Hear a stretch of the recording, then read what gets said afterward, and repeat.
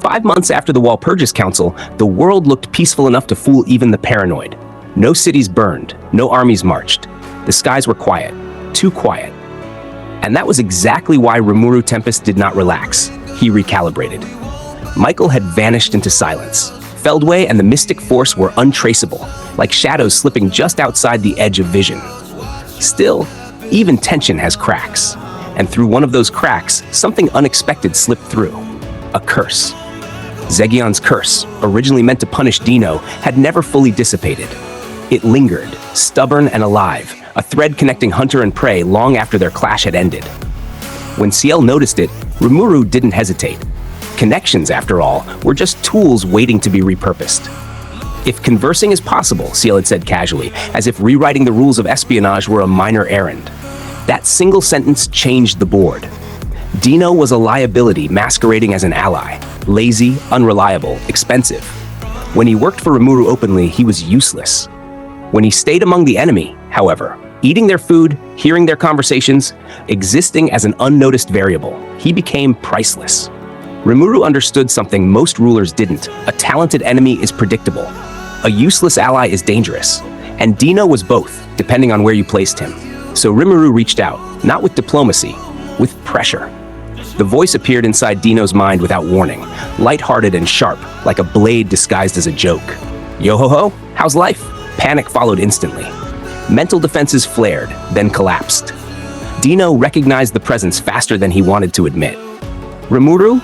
Rimuru smiled. Recognition meant fear. Fear meant leverage. He didn't shout. He didn't threaten. He talked like an old friend who knew exactly where the bodies were buried. The conversation unfolded like a trap closing slowly, politely. Rimuru accused without raising his voice. He dismissed excuses without anger. Each response stripped Deeno of room to maneuver until the truth stood naked between them. You led invaders into the labyrinth. You rampaged on your own. You planned to kidnap Ramirez. Deeno folded, and then Rimuru offered mercy. That was the real weapon. I'll overlook it, Rimuru said, if you regret it. Relief flooded Deeno so quickly it was almost painful.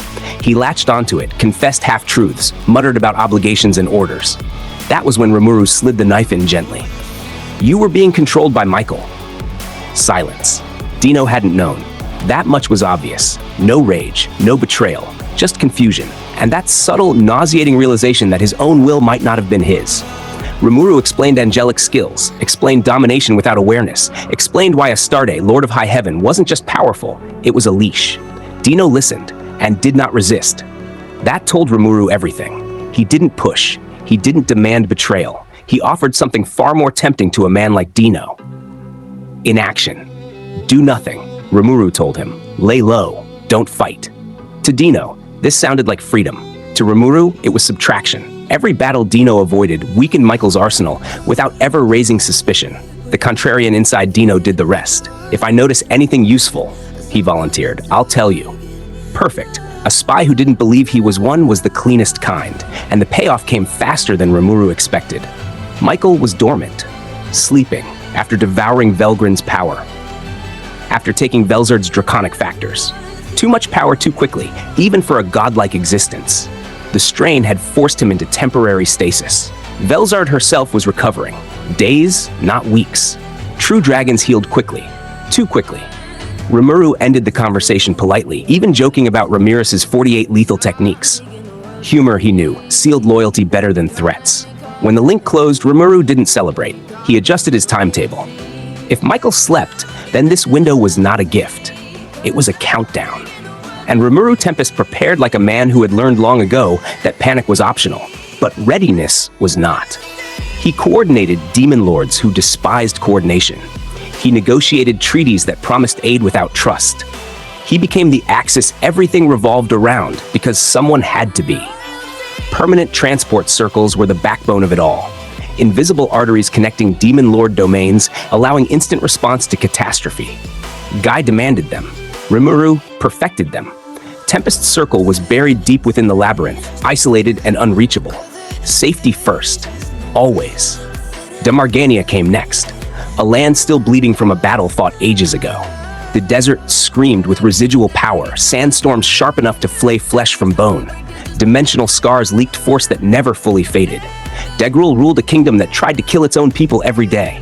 Rimuru installed the circle himself, Magisteel, 20 feet across, incantations carved with surgical precision, Ciel's design etched into reality. Ultima supervised the demons like an executioner with a clipboard. Rimuru trusted her. Dagrul did not. What if they turned violent? Dagrul asked. Rimuru was already leaving. Lubelius followed, then Icefayr, then El Dorado. Each circle another stitch holding a fractured world together. Efficiency haunted Rimuru's thoughts.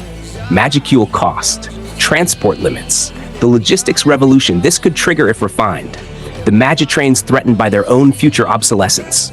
But those thoughts were for later. War did not wait for innovation to mature. Xian and Adelman were dispatched to Lubelius's reinforcements. Lodging was arranged, training opportunities discussed. Then Luminous made the mistake. She invited Xian to cook. Rimuru felt genuine fear, not for himself, for everyone else. Xian spoke confidently about precision, judgment, and skill, completely misunderstanding all of it. Cooking, to her, was harder than music. Music, she claimed, required less discipline. Rimuru silently apologized to every musician who had ever lived. When Luminous suggested cooking together and invited Hinata, the situation escalated from concern to existential threat. Rimuru fled, literally, at full speed.